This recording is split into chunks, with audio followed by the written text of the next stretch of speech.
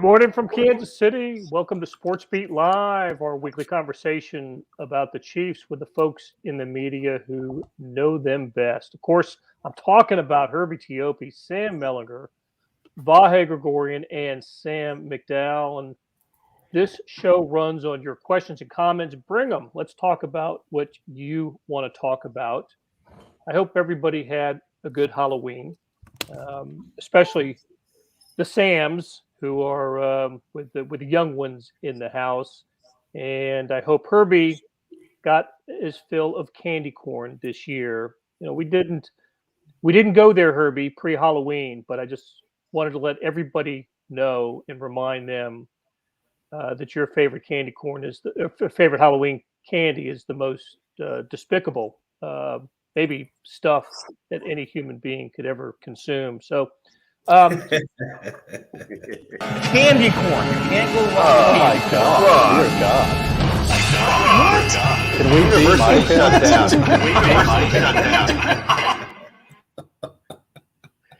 Hey, they have candy corn flavored Oreos. I just found that out in the last 2 weeks, and my goodness, I can't wait to get my hands on it. There's not a better 4-second summation of Herbie Teope and his time at the Star than that video right there. That is, and I have to say, what I love is the uniformity of the reaction. Even though it all comes in a little bit, everybody's got a little different look, a little different form. It was not staged. It was not choreographed. It was pure. It was pretty natural from the heart. That just has that waiting. She didn't even know we were going to bring up this conversation. Just immediately, she's got it ready. So she shows all of her friends clearly. She's got this video in a spot easily accessible. Anyway. So, hey, look, a newsy week for the Chiefs. And starting with Monday Night Football victory over the New York Giants. And we've got a lot to get to. But let's start with a little bit of news this morning, Herbie. Nick Bolton made some news. Yeah, Nick Bolton, the tackling machine out of Missouri. The NFL named him the Defensive Rookie of the Month. 43 tackles, including 7 for a loss. And the guy has been what the Chiefs have wanted in that defense, somebody who's going to be around the football and knows around the football. He closed out the month of October in a flurry, 15 tackles against the Titans, 11 against the Giants. He leads the Chiefs defense right now by a wide margin, 66 tackles. Second on the team right now is L'Jarius Sneed with 40. So Bolton has been the guy that, they thought they were getting when they used a second-round pick on him. Tell you, there was a time earlier this year when I thought he was kind of a step slow and still wasn't getting it done in pass coverage. But just no arguing right now with the play that they're getting from the Missouri rookie. Yeah, absolutely. All right, go ahead. Just this stands out about him. I mean, he leads the team in tackles because he makes the tackle when he has an opportunity, and he gets there. I mean, I'm sure the pass coverage is still a question and maybe even an issue somewhere between that for him. But it is fun to watch him tackle, and I haven't said that about a lot of Chiefs in recent times. You know how good he is right now? When the Packers had their press conference yesterday, Aaron Jones didn't even mention him. He mentioned Daniel Sorensen. So that tells you that the Packers are well aware of who the playmakers are on that Chiefs defense. I would add just real quick, I think that Bolton and Willie Gay is a good partnership. So I think that Gay can sort of do some of the things that Bolton's not as good at. So I think that they complement each other pretty well.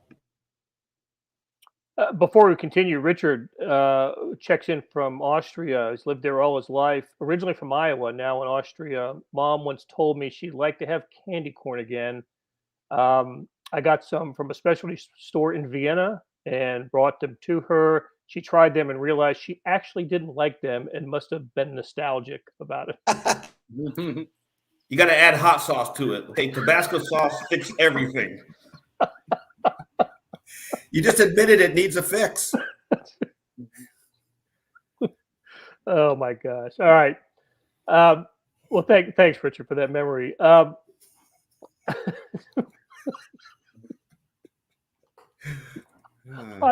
sauce. Okay. Let's stick with the defense in the news this week. Melvin Ingram becomes a Kansas City Chief. He acquired in a trade with the Pittsburgh Steelers. The Chiefs gave up a 6th-round draft pick. That happened on Tuesday. And pretty interesting. This is a player that the Chiefs have had their eye on since the preseason. We're hoping to sign him as a free agent. He ended up signing with the Steelers, but he does end up in the Chiefs uniform. And I don't know if he plays against the Packers on Sunday or not. What's the latest on that, Herbie? Yeah, when Andy Reid talked to us Wednesday, he basically just said, the standard we'll see. He arrived Wednesday, was immediately involved with meetings, did the walkthrough. But it's going to depend on how much he's able to absorb. I can probably see him being active and seeing some kind of rotational role as they get his feet wet in the scheme. But he's a guy that they are going to want to get into, on the field once he's absolutely comfortable with the defensive scheme and what his assignments are. So what does he bring, Sam Mack, and how might he be used in the rotation? Yeah, I mean, their biggest weakness this year is their pass rush. It arrived for the first time really against the Giants late in that game with Chris Jones back on the inside. I mean, Chris Jones had probably his most effective game since the opener, and it's because he was playing the 3-tech again. Melvin Ingram's presence allows Chris Jones to play a lot more of the 3-tech. Frank Clark I actually played his best game, and I would say 2 years on Monday night when you go back and watch his tape. So, if they could pair those two together and get a rotation with Mike Dana, maybe they can solve, like I said, what I think is the biggest issue. The question is, how much does Melvin Ingram have left? He's only got 1 sack this year. He's battled 3 injuries over the past 2 years, including he didn't play last week because of a minor groin issue with the Steelers. But Pro Football Focus put out the stat. His pressure rate is at 12.9% this year. He has 18 quarterback pressures. His career is 12.8. So he's right in line with his career numbers. And that shows you he does have something left and the attribute that the Chiefs need the most. The other thing about Melvin Ingram is he's not just, a one-trick pony that rushes the passer. He historically has been pretty good against the run as well, a good edge setter, an all-around player. But of course, I mean, just back to the top of this, he's 32 years old. So one other thing, though, about what Herbie just mentioned, Andy Reid didn't say whether or not what they expect from Melvin Ingram this week. Tyrann Mathieu actually said he expects him to be up to speed next week. And I don't know whether he's given something away there or whether he's just, talking from a player's perspective about what the reasonable expectations are. Well, I tell you, it seems like when players come to the Chiefs, it always takes them a while to get up and going. It's not necessarily true with other teams. When players go to other teams, Zach Ertz goes to the Cardinals and catches a touchdown pass, and is after being in a Cardinals uniform for the first time and in practice for 3 days. So just seems to take a while for new Chiefs to get acclimated. You're right, Sam. 32 years old, out of South Carolina. First year in the league was 2012. And man, he had some good games against the Chiefs over the years, in San Diego and with the LA Chargers. This guy was, always seems to always have been in the backfield with when they played against Kansas City. So, what do we think? Is it, Melly? Is this a good deal for the Chiefs? Yeah, I like the trade a lot. Actually, I mean, the 6th-round pick. I understand that they've got a guy who's their starting guard right now and playing really well, who was taken in the 6th round. So that pick's not nothing, but that's not a lot to give up for something that they really need. I mean, I just think that's a good fit. What Sam and Herbie have talked about of him on one side, Frank on the other, and Chris Jones up the middle. It just it makes a lot of sense. I think they're investing in this defense. I think the Chiefs front office. I mean, I think the front office and the coaches are buying into. They've been a little bit better the last 3 weeks. The first half in Tennessee, notwithstanding, but the defense has played pretty well the last 3 weeks. So I think they're buying into that and they're investing. I think it's a good trade. One of the things I like the most about it is they had a chance to get Melvin Ingram in the spring, and March, I think it was his workout. And so they obviously could have had him without the 6th-round pick, but they didn't allow one mistake to compound and force another mistake by not going after him. Obviously when you have a chance to sign a guy, and for whatever reason, I think we'll talk to Melvin Ingram today, right, Herbie? So, we'll ask him that question as far as why didn't you sign here? Was it your choice? Was it the team's choice? We asked Andy that yesterday. He sort of implied it was the player's choice, which obviously implies it's finances, but Pittsburgh was able to meet the finances. So, you've got a little bit of egg on your face when you could have had a guy without giving up a draft pick, and now you give up one. But I also think it's commendable that the front office says we don't care about that aspect. This is just a move that makes us better. Yeah, and to Sam's point, that's my understanding as well. When he came out here in March, the Chiefs did make an offer, but the problem was, Melvin Ingram was one of the highly touted free agent pass rushers on the market. So he wanted to test the market. And that's essentially what it boiled down to. As Sam points out, it was probably finances, and we'll find out for sure on later today. Yeah, I'm glad we're going to hear from him. But this signing seems, or trade, this acquisition, the Chiefs seem to have bigger plans for Melvin Ingram than, say, they had Terrell Suggs in 2019, right? Suggs was more of a complimentary piece, and Ingram could end up starting for the Chiefs. Even though he only started one game for the Steelers, he did play more than half of the defensive snaps. I guess he was part of the rotation there. I haven't studied exactly what he did in Pittsburgh. Had the one sack, but as Sam McDowell said, was right in line with his career pressure rate. Doesn't he get thrown right into a defensive end rotation?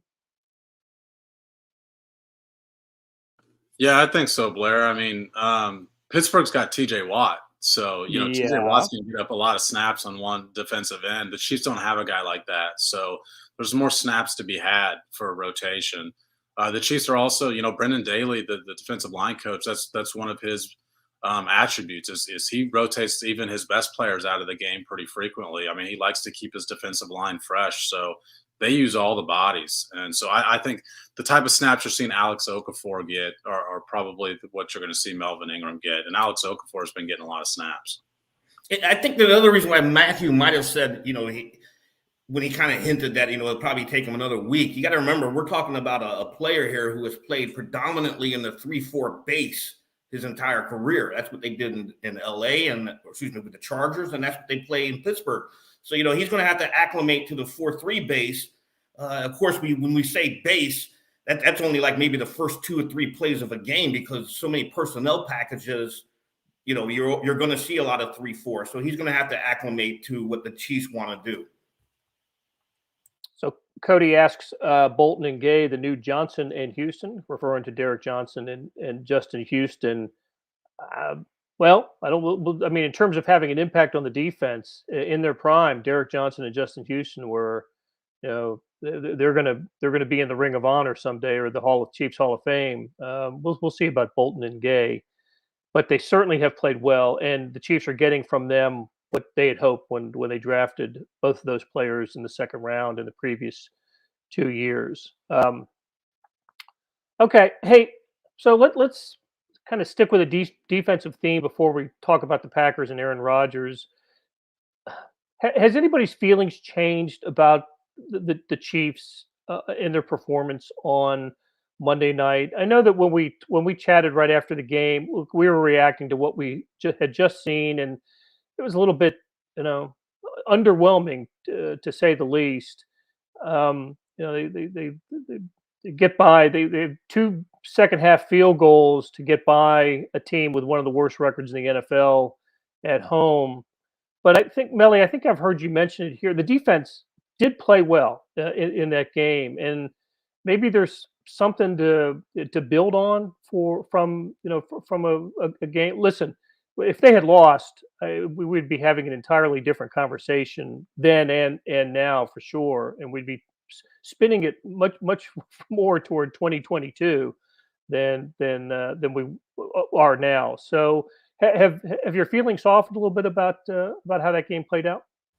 They have, actually. I didn't expect this, But I had kind of I'm not trying to give away the column. I hope everybody obviously clicks and sends me cash because it's so good. But I began this as like sort of just a thought experiment of like, what does optimism for the rest of the season look like with the Chiefs? And I don't know if I just like talked myself into it, but I feel like the defense has a track record with Spagnuolo of getting better this time of year. And they appear to be getting better.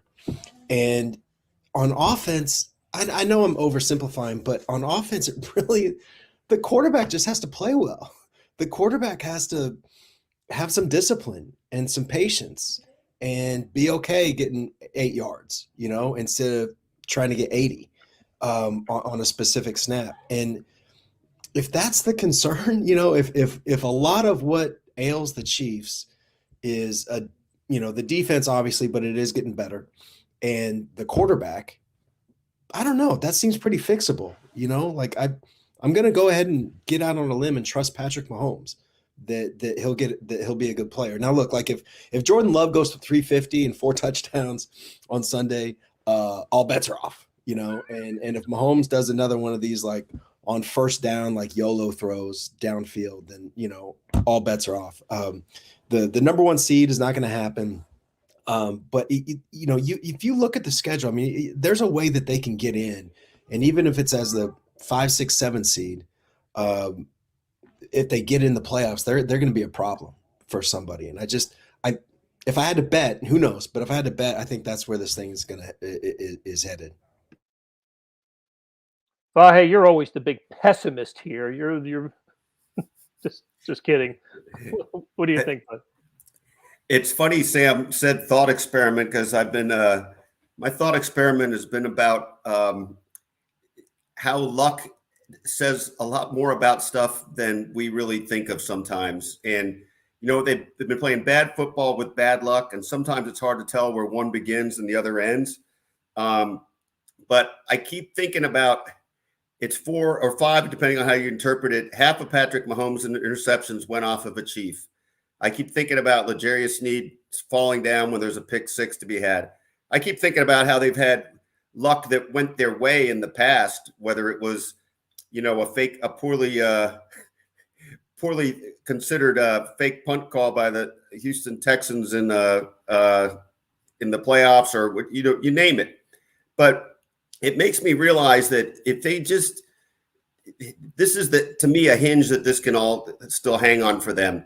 They're still largely the same group, and if they do trust the culture and they can just play more characteristically of what we've seen in the past, or AKA, as Sam put it, if the quarterback just is who he is, I think things can turn. And I do think this about the defense, that look, they've shown enough glimmers the last couple of weeks that you can at least tell yourself they might have some traction. And again, all bets are off when Jordan Love goes for 350. But still, I think there's. I came out of that game feeling like that was the worst win I remember sort of absorbing by a Chiefs team. It didn't even feel like a win. When you said, Blair, at the start of the podcast, let's talk about the Chiefs win, I was like, what? Oh yeah, they did win. But that said, they did win, and really one win against a team like the Packers could flip the way we feel about all this. Yeah, and something happened to the Packers this week that increased the chances of the potential for a Chiefs victory. Just a couple of thoughts, though. Clyde asks, do you think Mahomes is playing a bit hurt? Any speculation there? Anything to wonder about? He certainly has been hit seemingly hit more often first half of this season than I can remember during a stretch. Is there anything? Is that a possibility? What do you think, Kurt? I don't think so, because, by rule, the NFL is supposed to list injuries. Now, granted, some teams don't, they'll probably try to skirt that, but Mahomes hasn't been on the injury list over the last couple of weeks. He's practicing fully, and he's talking to the media. I don't think that's an issue there at all. I also would just say I don't see it in his play either. I mean, he seems agile.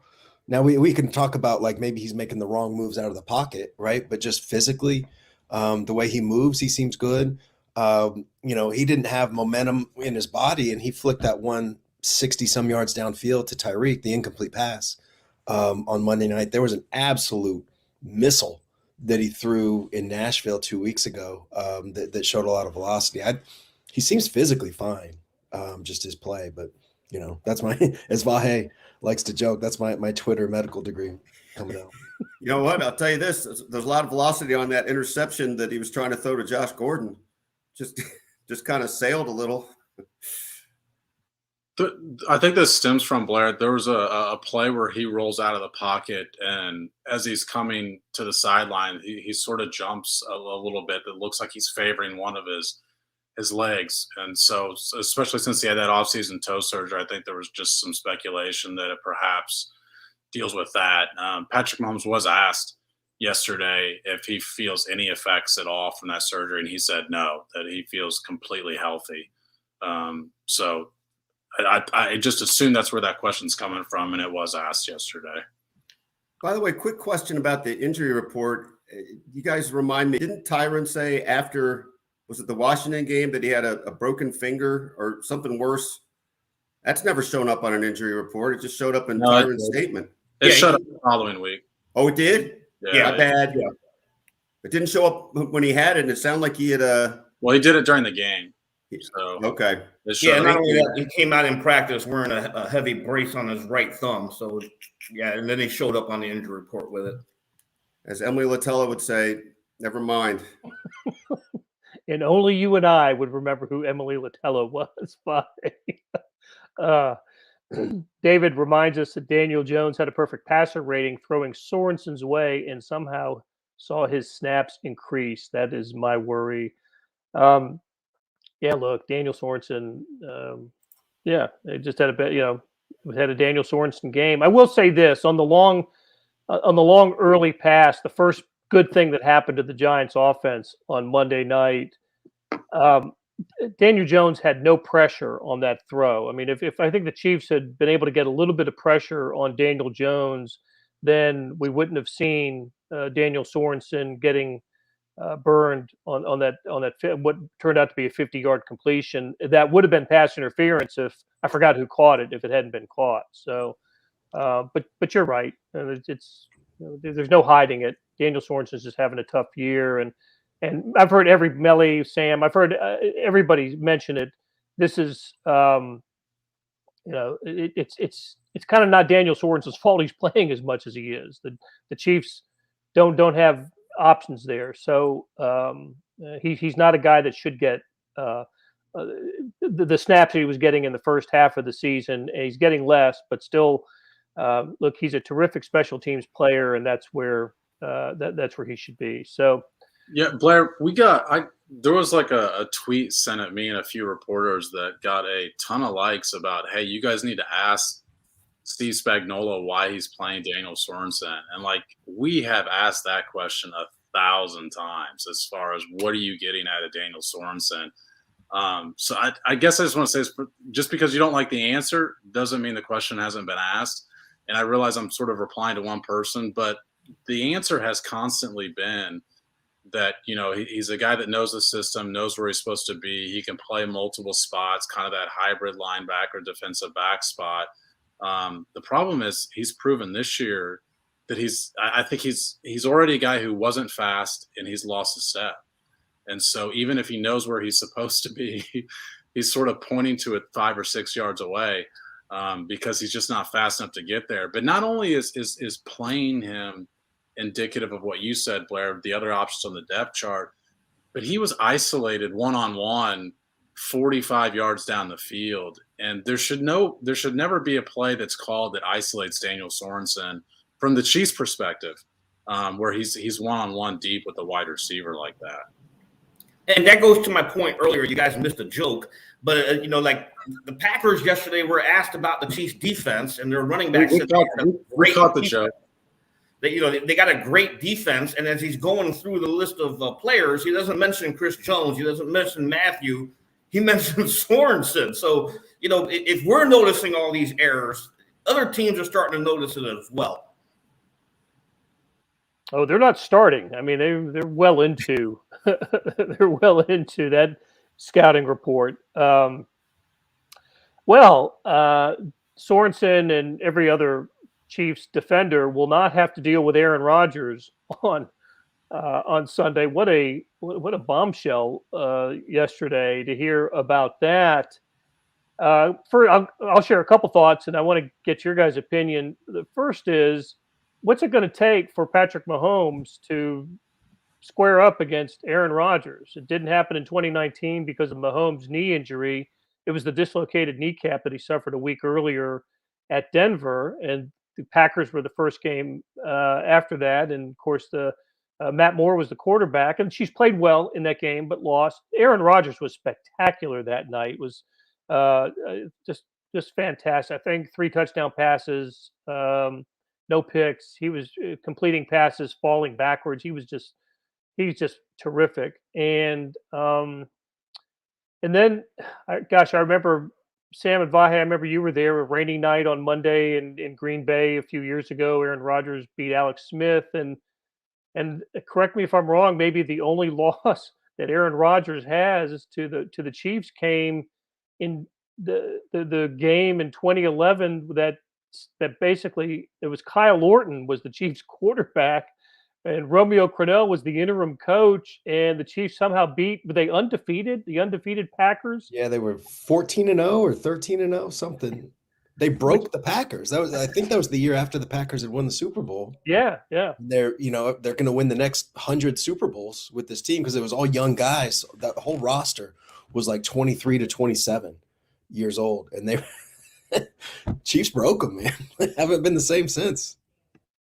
You can make the case that was the game that got Andy Reid to Kansas City, because they gave Romeo the job because of that game. And it was, and then 2012 happened, and we know what a nightmare that season was, and they fired Romeo, and Andy Reid shows up in the 2013 season. So all right, Jordan Love is the guy. And what's Sam McDowell, I know you love point spreads and odds and everything. That was quite a jump that the line took when that news came out, because the betting line was absolutely trending toward the Green Bay Packers. Chiefs had opened up as a 3-point favorite, and after the Monday night game, it was down to pick 'em. Yeah, I don't think I've ever seen one player have a full touchdown effect on the line. The Chiefs say nothing changes with Aaron Rodgers to Jordan Love, just the same guy back there. There actually is a little bit of truth to that, which is the Packers don't have enough time to revamp their offense around Jordan Love in 4 days. I mean, they find out Wednesday that their quarterback's not going to play. They're coming to Kansas City. They're going to be traveling on Saturday. So really that's 3 days of install for Jordan Love. So he's going to have to run the stuff that Aaron Rodgers is running, at least from the same playbook. What plays they call could change. So the Chiefs now have to figure out, what does this guy prefer to do on those plays? And so that's what Tyrann Mathieu was talking about, as far as, does he like to take his first read and throw it right away? Does he like to take some time in the pocket and allow himself to find the deep shot? And he's only thrown 7 NFL passes. So the answers to those are not coming from regular season film. They're having to watch him in the preseason, and potentially even watching a little bit of his college tape to see his own preferences. But of course, it's a gigantic break for the Chiefs when one of the the reigning MVP is not going to be playing on Sunday. Yeah, we're reminded that we could see Mahomes and Rodgers twice starting next year if he ends up with the Broncos, which was certainly the rumor during the off season. Brian says, I think the Packers will call more quarterback runs with Love. I absolutely think that's whether they call it or not. I think we're going to see Love run the ball quite a bit when he doesn't get his first or second option. I think he tucks it and runs.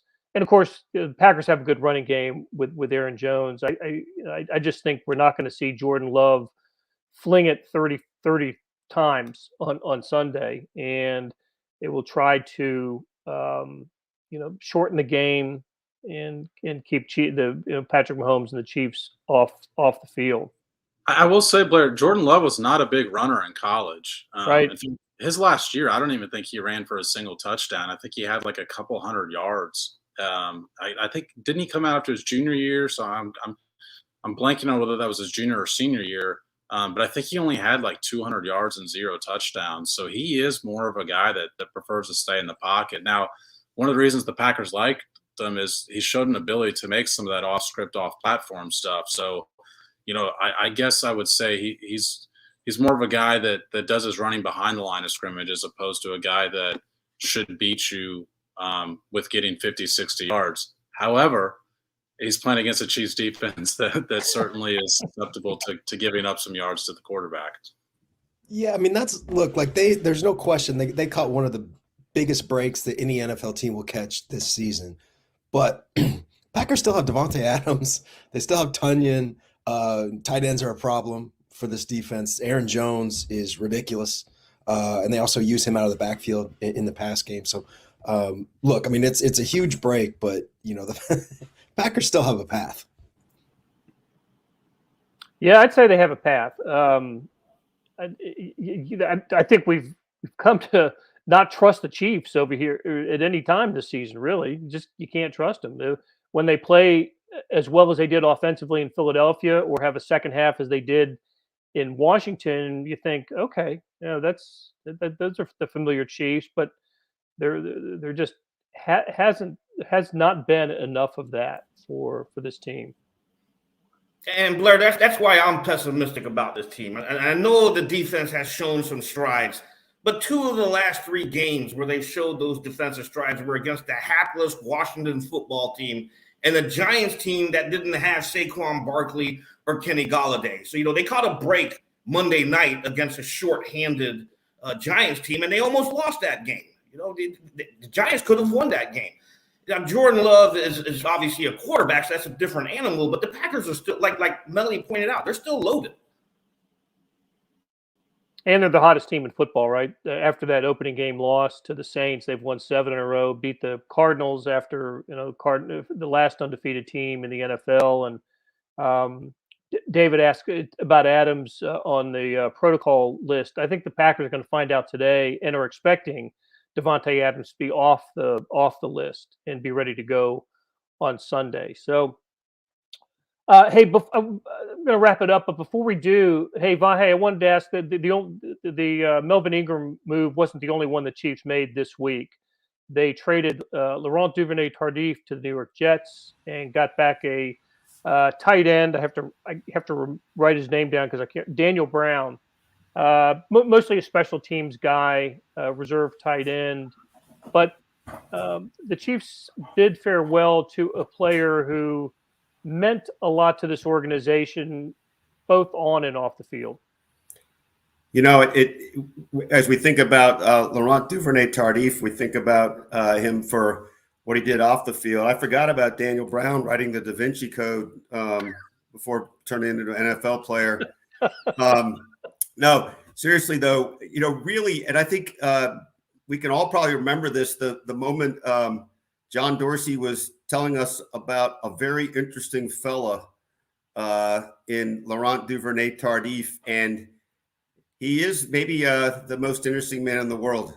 I mean, it's amazing what he's done, and delivering. He's in the process of delivering twins on draft day, the biggest day of his life, and at that time, but then taking it to another dimension. I mean, I thought he was kind of a curiosity, maybe even an experiment in some ways, coming out of McGill, not pretty raw when he got here, but credit to Dorsey for seeing that in him, Dorsey and the scouts, and credit to Andy Reid for wanting to work with a guy who also wanted to be a doctor. And lo and behold, he's a key part, or at least a fundamental part of a Super Bowl winning team. And yet really maybe his greatest deed is in what he did last year, taking the season, opting out to help fight the battle against COVID. And he stated it so eloquently a number of times. Just really cool that he'll always be associated with the Chiefs that way. I think he was a bit of a fan favorite, which is kind of cool too. I think they appreciated him for more than just football. I'll never forget talking to him at the Super Bowl. So this would have been the Super Bowl that year, I think, was on February 3rd. So this would have been maybe the last day in January. And so think about that, the last day in January, and all, we're hearing about these reports about a flu or something in China that's spreading, but we're all gathered in the Super Bowl ballroom talking to players, and we don't hear much about it. But Laurent is asked about it by another reporter, and he expressed a lot of concern about what he was hearing about the virus in China. And so, a month and a half before everything shut down, Laurent Duvernay-Tardif was, because of who he is and what he's, what his background is, was kind of all over that story. When we weren't. I think it's serious. I think was part of how he put it, and yeah, that kind of is amazing too. And I don't know. This is a side point, but I think we discovered later. I certainly saw reports later that the virus was in Miami. It was traceable there, even when we were there without knowing it. So I don't know how the world has changed since then. Is amazing. Yeah. There's no smooth segue here from that, so apologies up front. But one of my favorite, he was always great to talk to, in the locker room. Just obviously a smart guy, but just expansive on some things if you ask the right question. And one of my favorite moments was in Denver when the quarterback's knee went sideways. And Larry was right there, as a player. And so you want to talk to him about what he saw and all that stuff. And then I remember just ready to walk away. And I was like, you know what? When am I ever going to get this chance? Right. And so you go back what do you know about this injury, doctor? and his diagnosis, he said that specific tendon, there's a lot of tension there. So the number one thing is how quickly that knee gets put in place. And if you remember, and I forgot the guy's name now, but he was a hero in Kansas City. But the doctor that came on, it wasn't Rick, but it was somebody else. And they put the knee back in place within 30 seconds. I mean, it was really fast. And he says, "Oh, that's the number one thing." I was like, "Okay, trust my source." I'll always be indebted to him for some restaurant recommendations in Montreal, since I get up there a couple of times a year. Can I just say one of my favorite memories of him is bumping into him in long-term parking at KCI and just chatting with him out there. And I'm thinking to myself, yeah, I'm in long-term parking, but what are you doing here? He was going home for 3 days. Riding the blue bus, huh? Yeah. And let's end it on this. This is a nice, also a very nice note. Tommy Sparks says, this is to Herbie.